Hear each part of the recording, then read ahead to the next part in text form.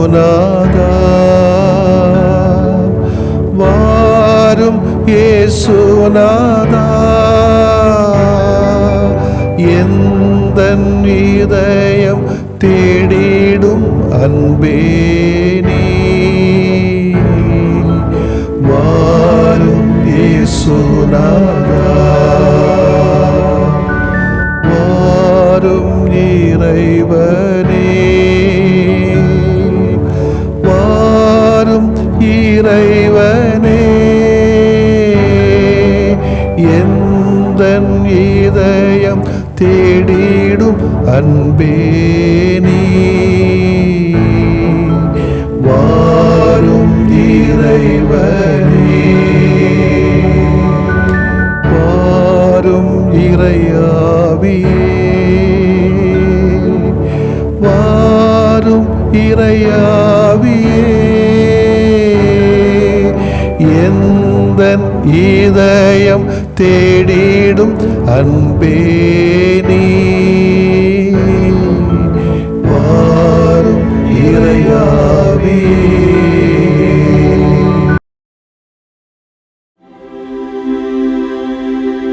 தாவீதின் மகனுக்கு ஓசன்னா ஆண்டவர் பெயரால் வருகிறவர் ஆசி பெற்றவரே இஸ்ராயேலின் அரசரே உன்னதங்களிலே ஓசன்னா உன்னதங்களிலே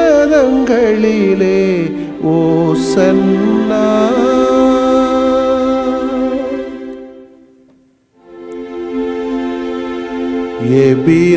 எபிரேயர்களின் சிறுவர் குழாம் ஒலிவ கிளைகளை பிடித்தவராய் உன்னதங்களிலே ஓசன்னா என்று முழங்கி ஆர்ப்பரித்து ஆண்டவரை எதிர்கொண்டனரே. மண்ணுலகும் அதில் நிறைந்துள்ள அனைத்தும் ஆண்டவருடையவை, நில உலகும் அதில் வாழ்வனவும் அவருக்கே சொந்தம். ஏனெனில் கடல்கள் மீது அதற்கு அடித்தளமிட்டவர் அவரே, ஆறுகளின் மீது அதை நிலைநாட்டியவரும் அவரே.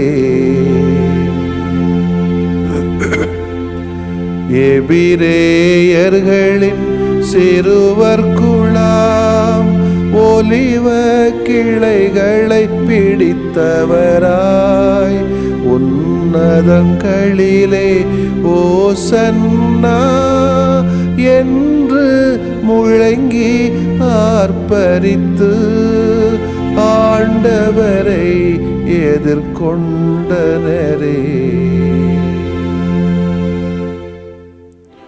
கிறிஸ்து அரசே மீட்பரே மாட்சி வணக்கம் புகழ் உமக்கே. எழிலார் சிறுவர் திரள் உமக்கு அன்புடன் பாடினர் ஓசன்னா. வானோர் அணிகள் அத்தனையும் உன்னதங்களிலே உமை புகழ்க. அழிவுறும் மனிதரும் படைப்பனைத்தும் யாவும் ஒன்றாய் புகழ்ந்திடுமே. கிறிஸ்து அரசே மீட்பரே மாட்சி வணக்கம் புகழ் உமக்கே. எழிலார் சிறுவர் திரள் உமக்கு அன்புடன் பாடினர் ஓசன்னா. ஆண்டவர் புனித நகரத்தில் நுழைகையில் எபிரேயச் சிறுவர் குழாம் உயிர்த்தெழுதலை அறிவித்தவராய் குருத்து மடல்களை ஏந்தி நின்று உன்னதங்களிலே ஓசன்னா என்று மகிழ்வுடன் ஆர்ப்பரித்தார். எருசலேம் நகருக்கு இயேசு வருவதை கேட்ட மக்களெல்லாம் அவரை எதிர்கொண்டழைத்தனரே. குருத்து மடல்களை ஏந்தி நின்று உன்னதங்களிலே ஓசன்னா என்று மகிழ்வுடன் ஆர்ப்பரித்தார்.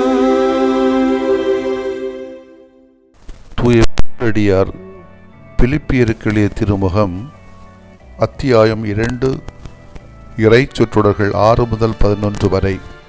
கடவுள் வடிவில் விளங்கிய கிறிஸ்து கடவுளுக்கு இணையாய் இருக்கும் நிலையை வலிந்து பற்றி கொண்டிருக்க வேண்டியது ஒன்றாக கருதவில்லை. ஆனால் தம்மையை வெறுமையாக்கி அடிமையின் வடிவை ஏற்று மனிதருக்கு ஒப்பானார்.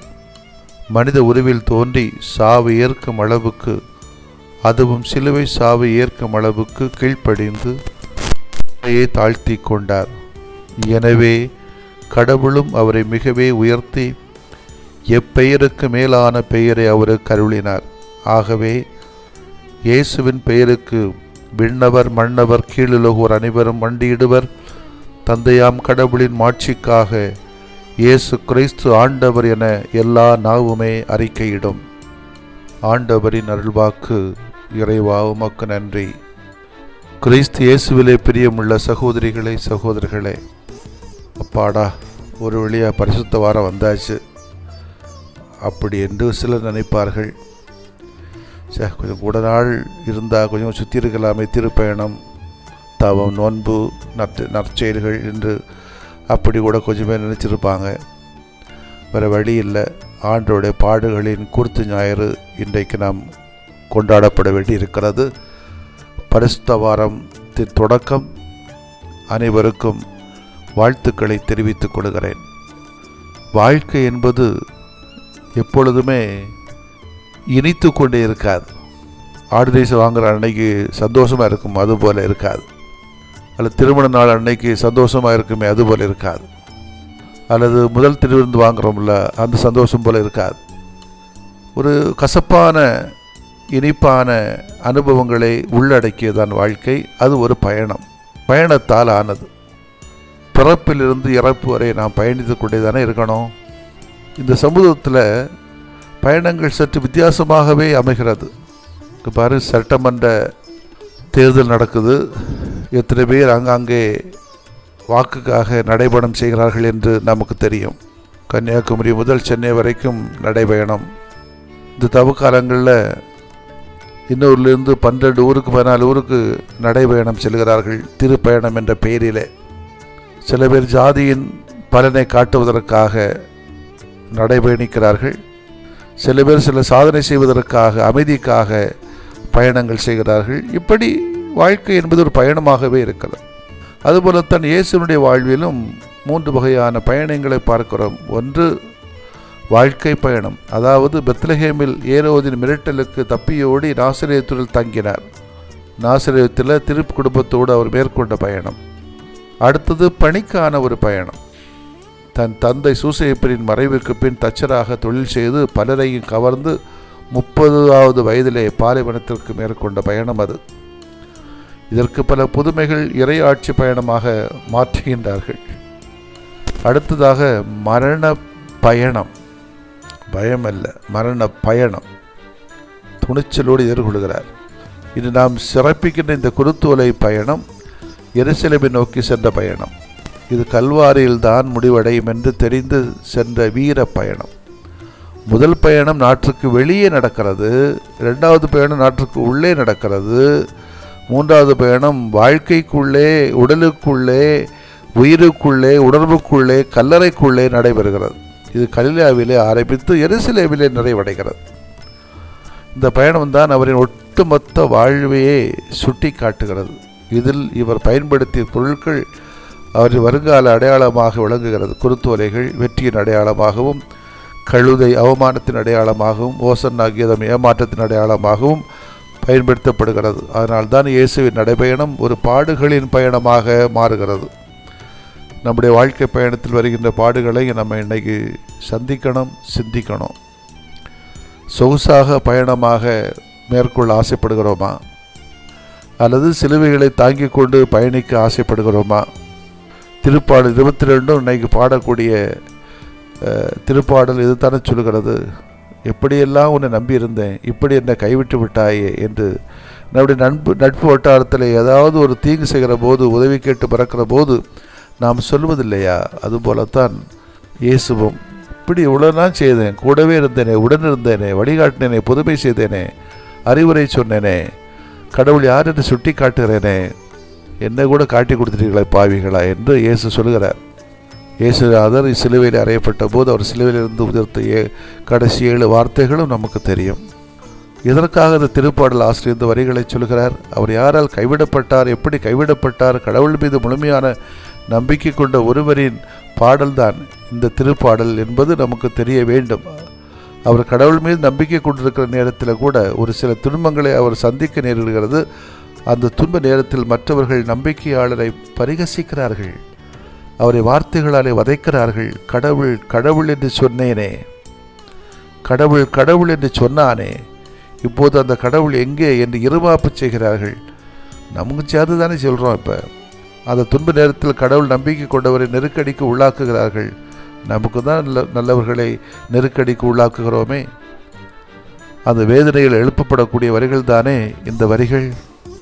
அதைத்தான் இன்று பாட வேண்டியிருக்கிறது. கடவுள் எப்போதும் நம்மை கைவிட மாட்டார், என்னாலும் அவர் நம்மோடு இருக்கிறார். நம் துன்பத்திலே பங்கெடுக்கக்கூடியவராக இருக்கிறார்.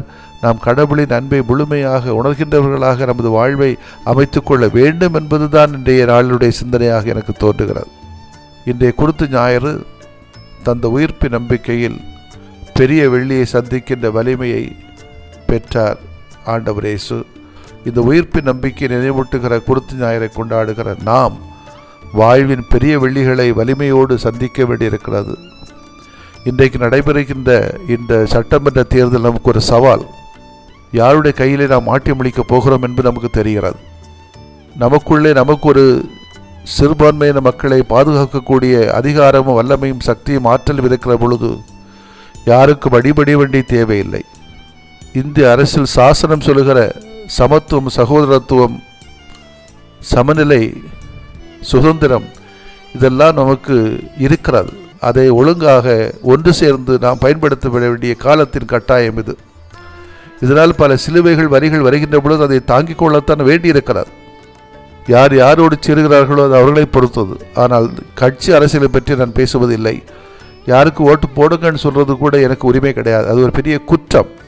ஆனால் எந்த மக்களை யார் பாதிக்கிறார்களோ, யார் அவமதிக்கிறார்களோ, யார் கேடுகட்ட நிலைக்கு இழுத்துச் செல்கிறார்களோ அவர்களை இனங்காண வேண்டிய காலத்தின் கட்டாயம் இருக்கிறது. அதை தெரிந்து புரிந்து கொண்டு அதற்காக நாம் இயேசுவை போல பயணிப்போம். அதில் வருகின்ற சிலுவைகளை தாங்குவோம். எல்லாரும் இந்த நாட்களிலே வாக்குகளை பதிவு செய்வோம். 40% மேலே வாக்குகள் பதிவு செய்தாலே நாம் நினைத்தவர்கள் வெற்றி பெறுவார்கள் என்பதும் உண்மை என்பதை புரிந்தவர்களாய் வலிமையோடு இந்த நாட்களிலே நாம் வலம் வருவோம். நிச்சயமாக இந்த பயணம் வெற்றியின் பயணமாக இருக்கட்டும். அதில் வருகின்ற பெரிய வெள்ளிக்கிழமைகளையும் சந்திப்போம். ஆமேன். மன்றாடுவோமாக. எங்களை உமது மாட்சியின் பங்குதாரர்களாக அழைக்கின்ற ஆண்டவரே, உம்மை போற்றுகிறோம். நீர் உமது உடலை இறைவனின் ஆலயமாக மாற்றியது போல நாங்களும் எங்களது உடலை உம்மை மாட்சிப்படுத்த பயன்படுத்துவோமாக. சிலுவைகளையும் துன்பங்களையும் வலிகளையும் தாங்கிக் கொண்டவர்களாக இந்த மக்களின் நல்வாழ்வுக்காக எங்களை நாங்கள் முற்றிலுமாக அர்ப்பணித்திட தேவையான தெளிவுகளையும் நிலைப்பாடுகளையும் உறுதிப்பாடுகளையும் செயல்பாடுகளிலும் எங்கள் மத்தியிலே உருவாக்கியருளும் ஆண்டவரே. ஆமேன். நீங்கள் அழுவீர்கள், புலம்புவீர்கள், அப்பொழுது உலகம் மகிழும்.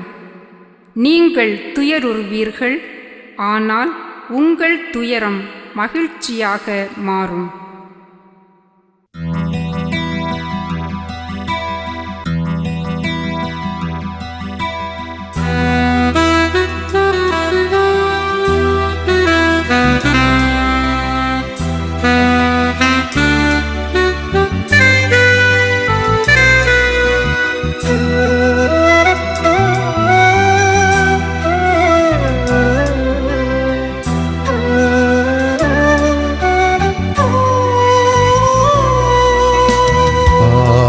ஆறுதலான ஆண்டவரே, ஆதரவென்றும் எனக்கு நீரே. ஆறுதலான ஆண்டவரே, ஆதரவென்றும் எனக்கு நீரே.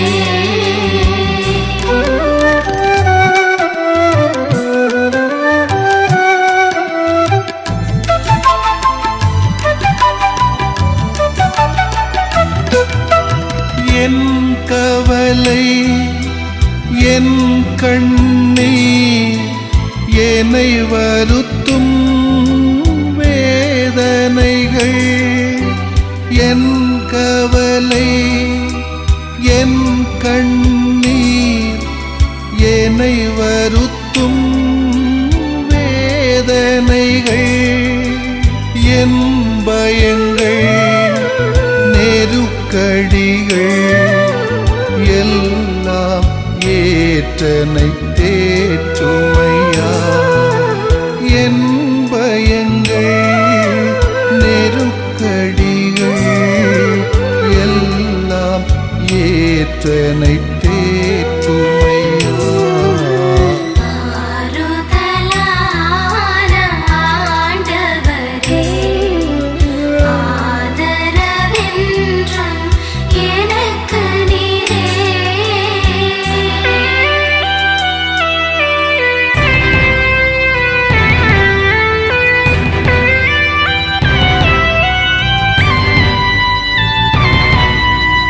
என் இழப்பு என் பிரிவு என்னை வாட்டும் சோதனைகள், என் இழப்பு என் பிரிவு என்னை வாட்டும் சோதனைகள், என் பாவங்கள் மனப்பாரங்கள் எல்லாம் சுமந்தனை தாங்குமையா. என் பாவங்கள் மனப்பாரங்கள் எல்லாம் சுமந்தனை தாங்குமையா.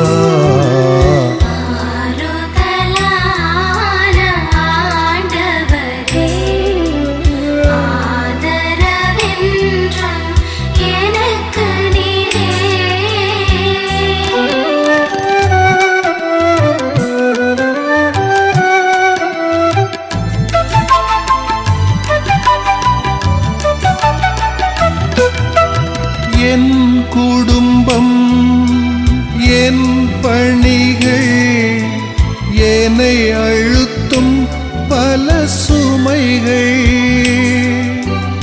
என் குடும்பம் என் பணிகள் என்னை அழுத்தும் பல சுமைகள்,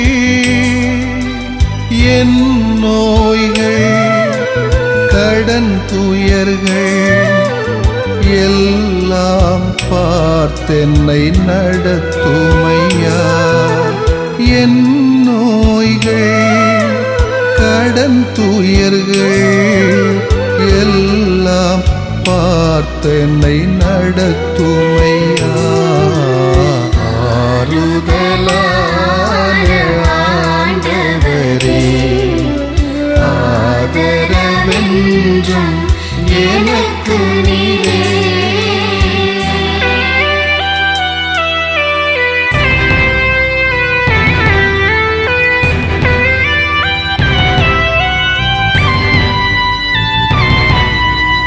என் ஏக்கம் என் நோக்கம் என்னை தாக்கும் பழித்துரைகள், என் ஏக்கம் என் நோக்கம் என்னை தாக்கும் பழித்துரைகள், என் பலங்கள் பலவீனங்கள் எல்லாம் அறிந்தனையாளுமையா. என் பலங்கள் பலவீனங்கள் எல்லாம் அறிந்தனை ஆளுமையா. ஆறுதலான ஆண்டவரே, ஆதரவென்றும் எனக்கு நீரே. ஆறுதலான ஆண்டவரே, ஆதரவென்றும் எனக்கு நீரே.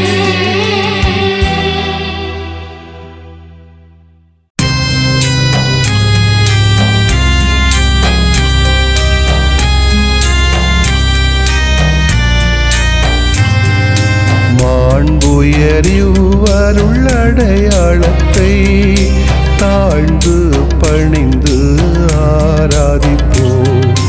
பழைய நியம முறைகள் அனைத்தும் இனி மறைந்து முடிவு பெறுக. புதிய நியம முறைகள் வருக. புலன்களாலே மனிதன் இதனை அறிய இயலா. குறைகள் நீக்க நம்பிக்கையின் உதவி பெறுக.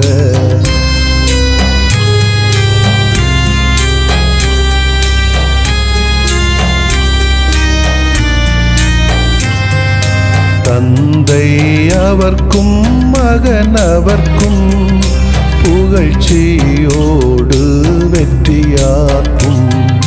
மீட்பின் பெருமை மாட்சிமையோடு வலிமை வாழ்த்து யாவுமாக. இருவரிடமாய் வருகின்றவராம் தூய ஆவியானவர்க்கும்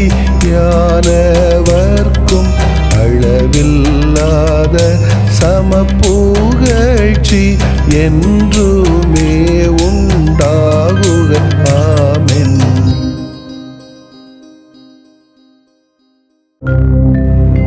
வானின்று அவர்களுக்கு அப்பமளித்தீரே, இனிமையெல்லாம் தன்னகத்தில் கொண்ட அப்பம் இதுவே. மன்றாடுவோமாக. இறைவா, இந்த வியப்புக்குரிய அருளடையாளத்திலே உம்முடைய பாடுகளின் நினைவு எங்களுக்கு விட்டு சென்றீ. உம் திருவுடல் திருரத்தமாகியவற்றின் தூய மறைபொருளை வணங்கும் நாங்கள் உமது மீட்பின் பயனை இடைவிடாமல் துய்த்து உணர்ந்து மகிழ அருள்வீராக. தந்தையாகி இறைவனோடும் தூய ஆவியாரின் ஒன்றிப்பில் இறைவனா என்றென்றும் வாழ்ந்து ஆட்சி செய்கின்ற உம்மை மன்றாடுகிறோ.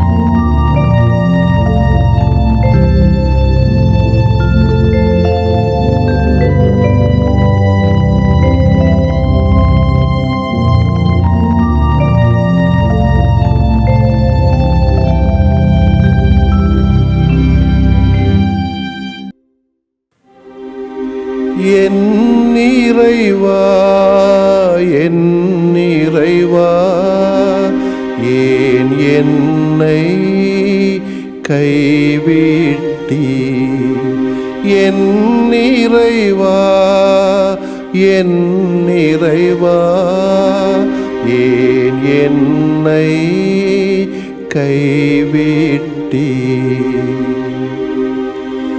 என்னை பார்ப்போர் எல்லோரும் ஏளனம் செய்கின்றனர். உதட்டை பிதுக்கி தலை அசைத்து ஆண்டவர் மீது நம்பிக்கை வைத்தானே அவர் இவனை மீட்கட்டும். தாம் அன்பு கூர்ந்த இவனை அவர் விடுவிக்கட்டும் என்கின்றனர். என் இறைவா என் இறைவா ஏன் என்னை கைவிட்டி.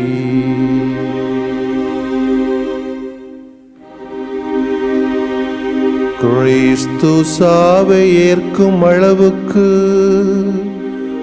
அதுவும் சிலுவை சாவையை ஏற்கும் அளவுக்கு கீழ்ப்படிந்து தம்மையை தாழ்த்திக் கொண்டார்.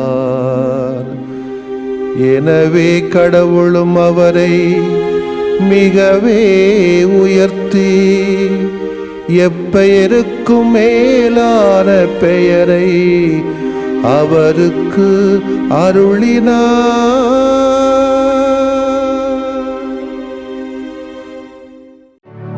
நிலையான புகழுக்குரிய தூய இறை நன்மைக்கு எல்லா காலமும் தொழுகையும் புகழும் போற்றியும் ஆட்சிமையும் உண்டாக கடவது. போற்றியும் ஆட்சிமையும் உண்டாக கடவது. தந்தை, மகன், தூய ஆவியாரின் பெயராலே ஆமென்.